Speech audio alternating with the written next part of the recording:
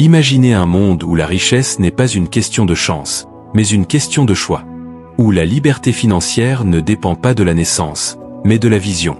Où chaque rêve, même le plus fou, devient atteignable si l'on adopte le bon état d'esprit. Jim Rohn disait, « Ce n'est pas ce que tu gagnes qui compte, mais ce que tu deviens. » Et c'est là que tout commence.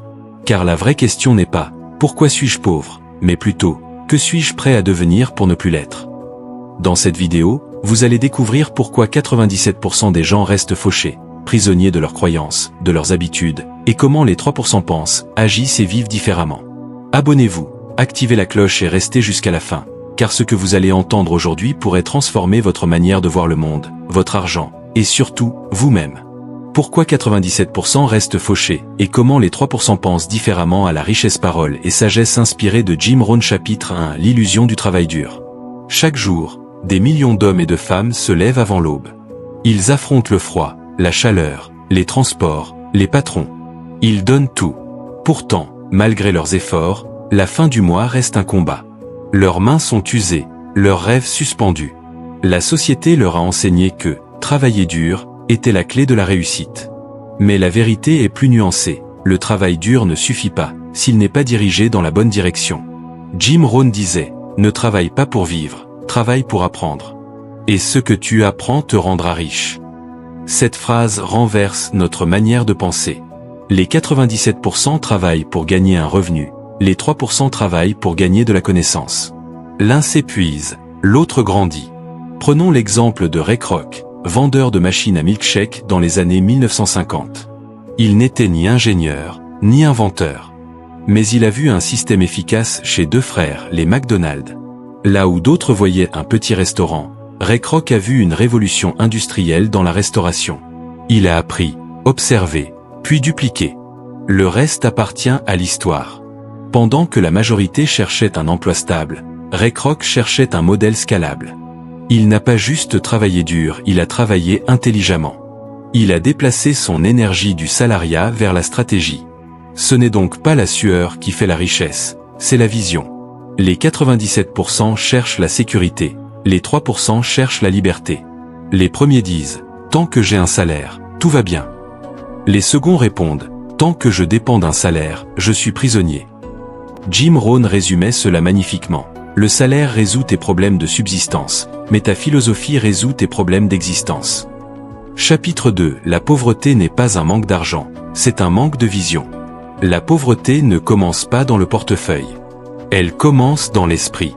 Elle s'installe le jour où tu cesses de croire que tu peux changer ton destin. Jim Rohn disait, « La pauvreté est un état d'esprit bien avant d'être un état de compte. » Les 97% ont appris à penser petit. Depuis l'école, on leur a répété, « Sois raisonnable, ne rêve pas trop, trouve un bon emploi. » On les a programmés à survivre, pas à créer. Prenons l'histoire de Sarah Blackley, fondatrice de Spanx. Elle vendait des fax porte à porte. Aucun investisseur ne croyait à son idée de sous-vêtements féminins sans couture. Mais Sarah avait une vision. Elle a investi ses $5000 d'économie pour prototyper son produit. Aujourd'hui, elle est milliardaire et première femme à l'être devenue sans héritage ni cofondateur. Ce qui l'a distinguée, sa capacité à imaginer un futur plus grand que sa réalité actuelle. Pendant que 97% disaient « Je ne peux pas », elle se demandait « Comment puis-je » C'est ce comment qui change tout. Car dès que tu poses cette question, ton cerveau se met en mouvement. Il cherche des solutions, il crée des connexions.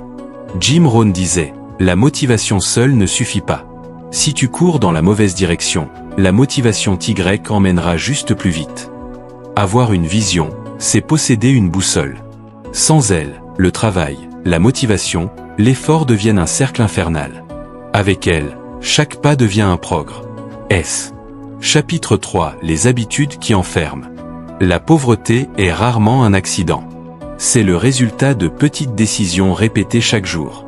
Les 97% dépensent ce qu'ils gagnent. Ils attendent la fin du mois pour commencer à épargner. Les 3% font exactement l'inverse. Ils épargnent d'abord, dépensent ensuite. Jim Rohn disait, « La discipline est le pont entre les objectifs et leur réalisation. » Une simple habitude peut déterminer ton avenir. Par exemple, Warren Buffett lisait plus de 500 pages par jour dès son adolescence. Il savait qu'il ne deviendrait pas riche en travaillant plus, mais en comprenant mieux que les autres. Une anecdote célèbre raconte qu'un ami lui demanda un jour « Combien de temps faut-il pour devenir riche ?» Buffett répondit calmement « Aussi longtemps qu'il te faudra pour te discipliner. » Les 97% cherchent la gratification immédiate. Ils veulent le plaisir maintenant, et la douleur plus tard. Les 3% font le contraire. Ils acceptent la douleur maintenant pour goûter le plaisir plus tard. Chaque matin, chaque choix, chaque minute compte. La richesse n'est pas un coup de chance. C'est une somme de routines, construite pierre par pierre. Chapitre 4. L'environnement façonne le destin. Regarde autour de toi. Tes 5 relations les plus proches déterminent ta trajectoire. Si tu passes ton temps avec ceux qui se plaignent, tu deviendras un maître de la plainte. Si tu passes ton temps avec ceux qui bâtissent, tu deviendras un bâtisseur. Jim Rohn disait « Tu es la moyenne des 5 personnes que tu fréquentes le plus. » Les 97% vivent entourés de résignation. Les 3% s'entourent de possibilités. Regardons l'exemple de Thomas Edison. Avant d'inventer l'ampoule, il échoua plus de 10 000 fois. Quand un journaliste lui demanda « Comment vous sentez-vous après tant d'échecs ?» Edison répondit « Je n'ai pas échoué. J'ai simplement découvert 10 000 façons qui ne fonctionnaient pas. » Ce n'est pas le génie qui fit Edison, mais la persistance et la mentalité forgées par son environnement. Il côtoyait d'autres inventeurs, des curieux, des rêveurs. Si ton entourage ne parle que de dettes, de malchance, de politique, tu ne verras que cela. Si ton entourage parle de projets, de livres, d'investissements, tu verras des portes s'ouvrir. Chapitre 5. La philosophie de la richesse. Jim Rohn disait « Ce n'est pas ce que tu gagnes qui te rend riche, mais ce que tu deviens dans le processus. » Les 3% ne poursuivent pas l'argent, ils poursuivent la croissance personnelle. L'argent n'est qu'un reflet de la valeur que tu apportes au monde. Prenons Elon Musk. Beaucoup le voient comme un milliardaire excentrique. Mais Musk ne s'est pas enrichi par hasard. Il a simplement cherché à résoudre des problèmes planétaires, l'énergie, le transport, la conquête spatiale. Sa richesse découle de la valeur immense qu'il a créée. Les 97% cherchent à gagner plus d'argent.